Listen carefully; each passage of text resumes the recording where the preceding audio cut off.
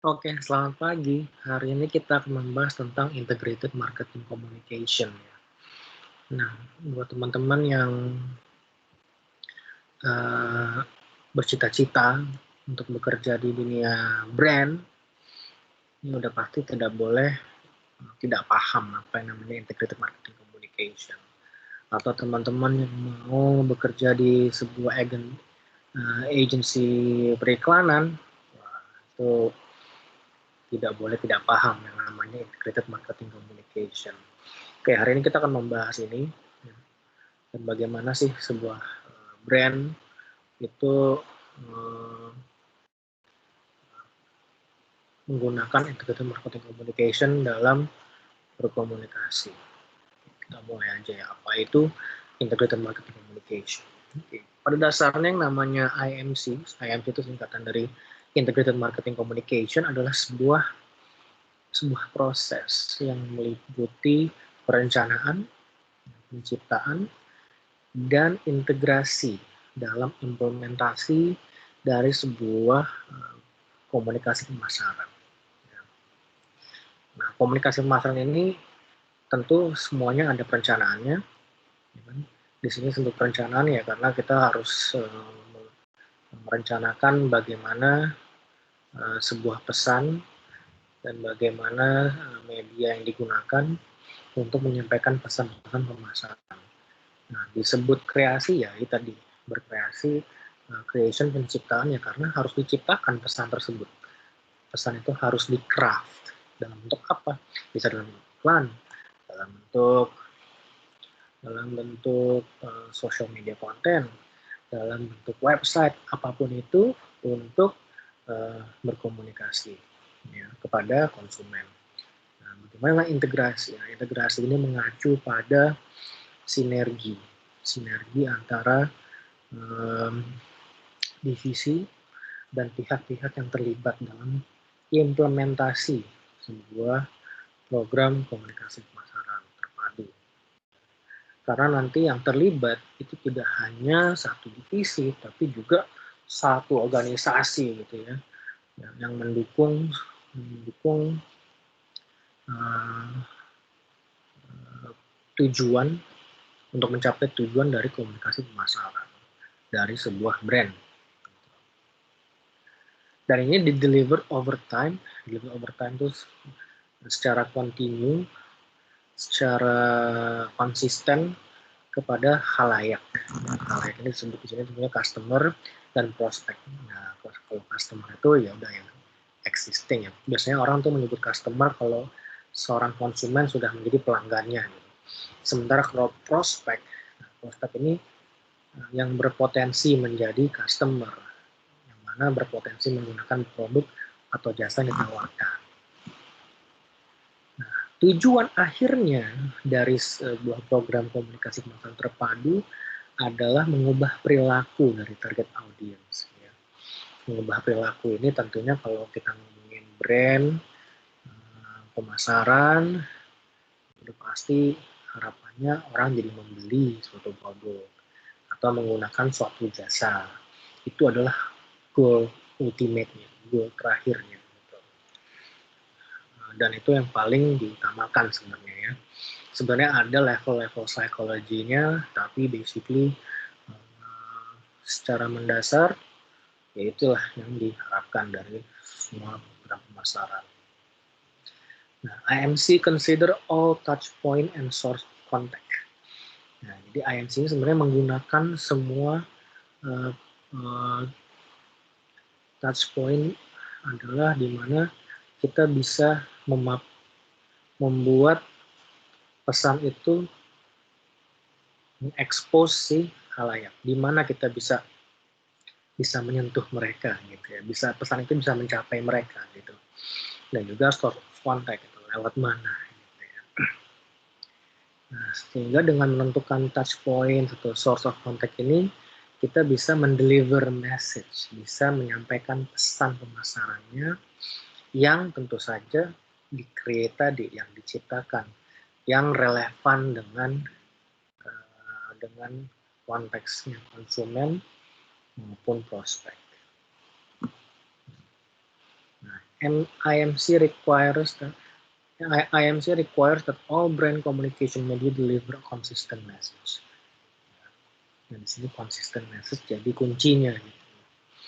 Jadi all media di mana yang namanya integrasi ini kan menggunakan berbagai macam tools atau media untuk berkomunikasi.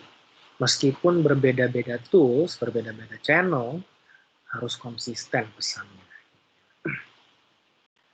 Nah, jadi yang harus ditentukan apa? Pesannya apa?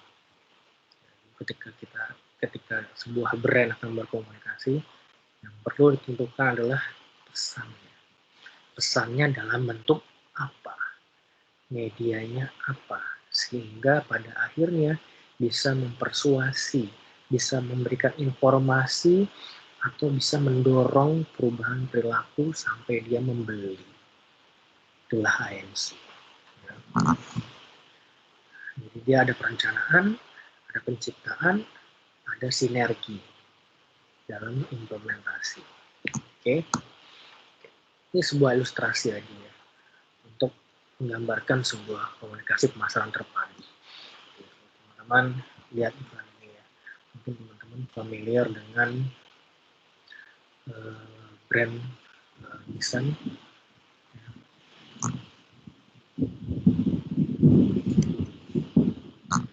Nissan Kicks nih, ini baru diluncurkan September kemarin, tahun 2020. Karena baru launching, otomatis Nissan ingin dong konsumen Indonesia mengetahui. Gitu ya. Makanya objektif pertamanya adalah menciptakan awareness terhadap mobil ini, bahwa mobil ini ada di Indonesia. Gitu.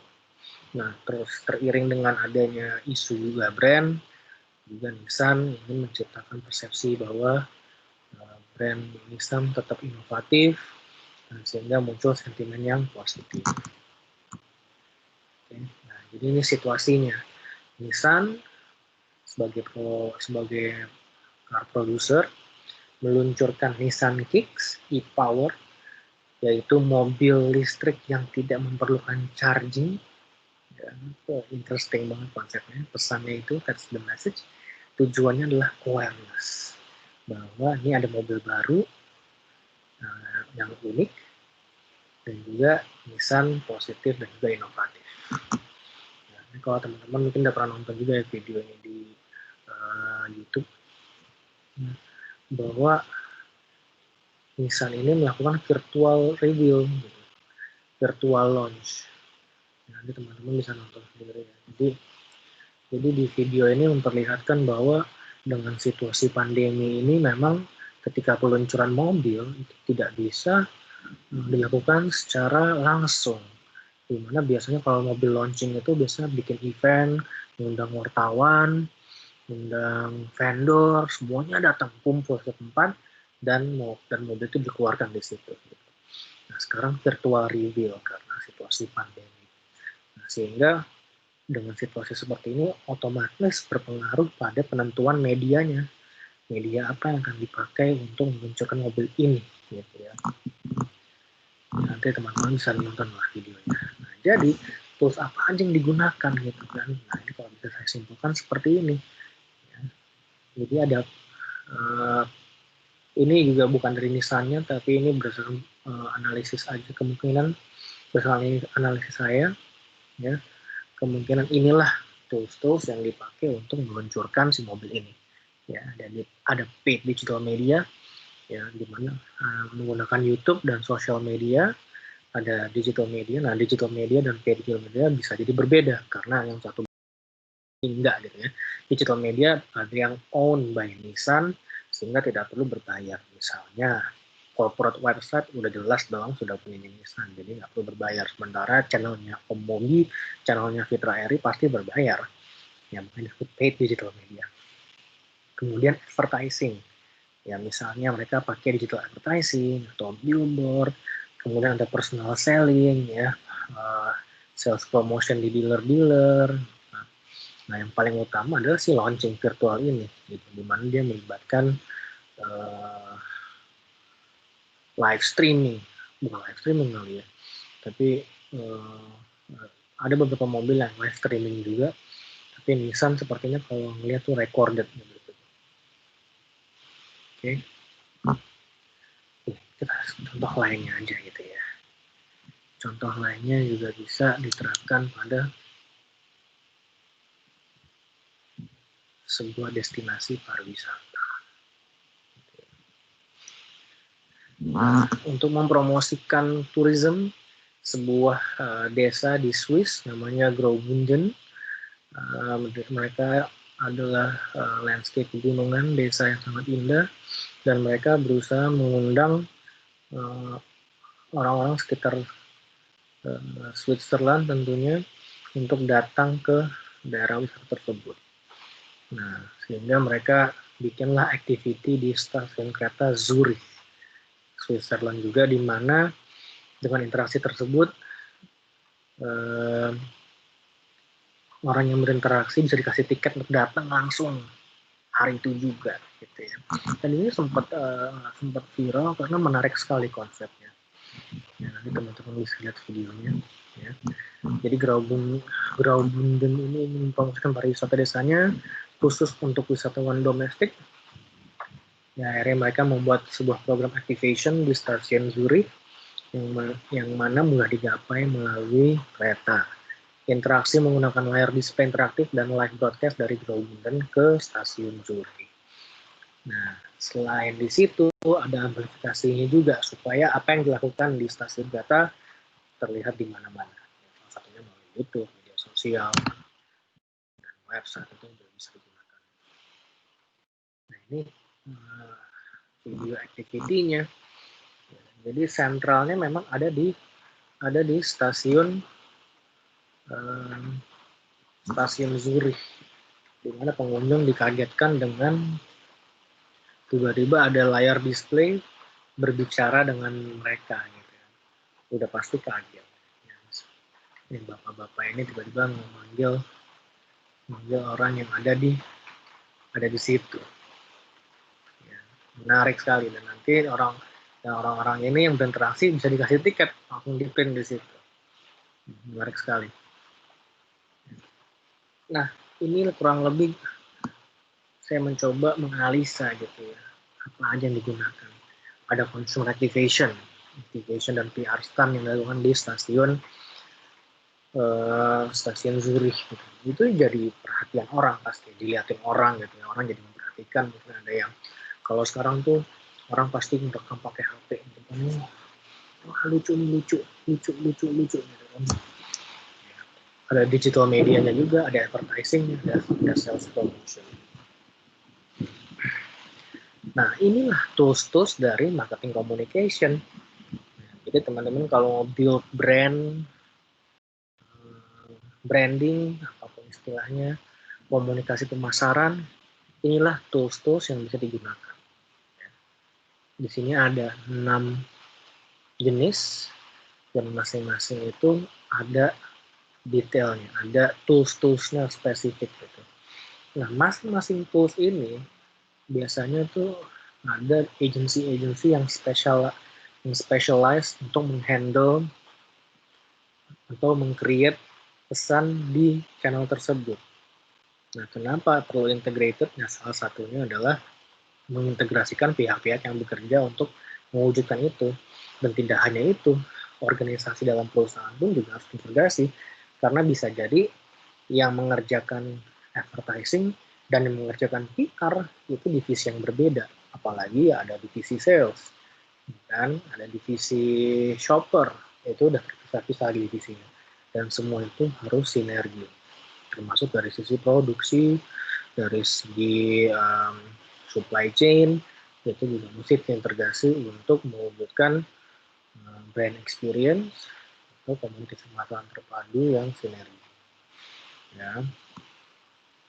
Kenapa mesti terintegrasi? Ya, tadi saya jelaskan sekilas bahwa di dalam organisasi itu ada pembagian divisi gitu, dan bisa jadi divisi-divisi tersebut tidak berjalan secara sinergis. Ya, ada divisi yang handle advertising, ada divisi yang handle PR, ada yang ngurusin sales. Itu semua kan bagian dari komunikasi pemasaran. Dan ketika melakukan sebuah program IMC, harus terintegrasi, harus sinergis. Dan masing-masing divisi itu bisa jadi meng-hire sebuah agency. Bayangkan, bisa jadi agensinya nggak cuma 1, 2, bisa jadi 5 gitu kan.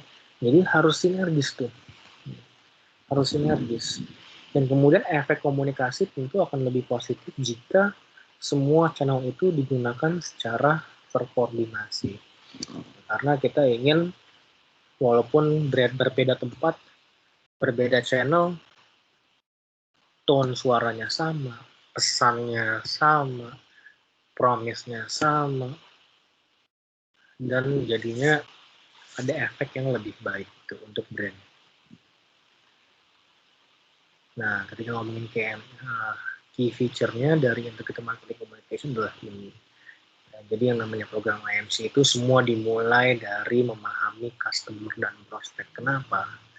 Karena dengan memahami mereka, tentu kita akan bisa menentukan pesan apa yang akan disampaikan dan media apa. Karena kita mau coba memahami mereka, bagaimana cara mereka menggunakan media. Mereka tuh kalau siang ada di mana, kalau malam ada di mana. Sehingga kita bisa datang ke mereka gitu kan. Sehingga berlanjut ke nomor 2, kita bisa menggunakan kontak atau touch point yang relevan. Sehingga pesan yang sudah kita create itu nyampe ke mereka.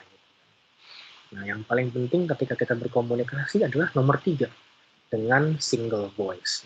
Prinsip single voice ini bisa jadi bukan pesannya sama, bukan exactly katanya sama gitu ya, tapi apa yang disampaikan itu sejalan dengan positioning statement dari si brand gitu kan. Melalui multiple channel, positioning statement-nya tetap terjaga.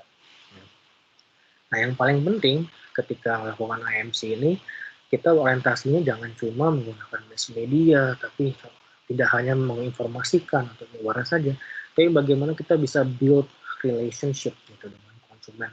Karena bagaimanapun relationship ini pada akhirnya akan berdampak pada sisi ekonomis gitu ya. Jadi tidak perlu kita mencari konsumen baru lagi, walaupun pada akhirnya kita harus berorientasi pada akuisisi ya, karena ya pada akhirnya kalau brand itu kan pengennya expand the market, kemudian akuisisi new customer, increasing database, apapun itu. Tapi yang ketika sudah ada yang existing, dijaga, dirawat supaya bisa jadi loyal gitu kan. Nah, jadi benar, tidak hanya fokus menciptakan awareness atau sikap positif, tapi ujung-ujungnya adalah kita bisa menciptakan action. Di mana harapannya bisa menjadi customer yang loyal. Kurang lebih itulah yang namanya IMC. Nah, jika ada pertanyaan, silakan sampaikan. Terima kasih.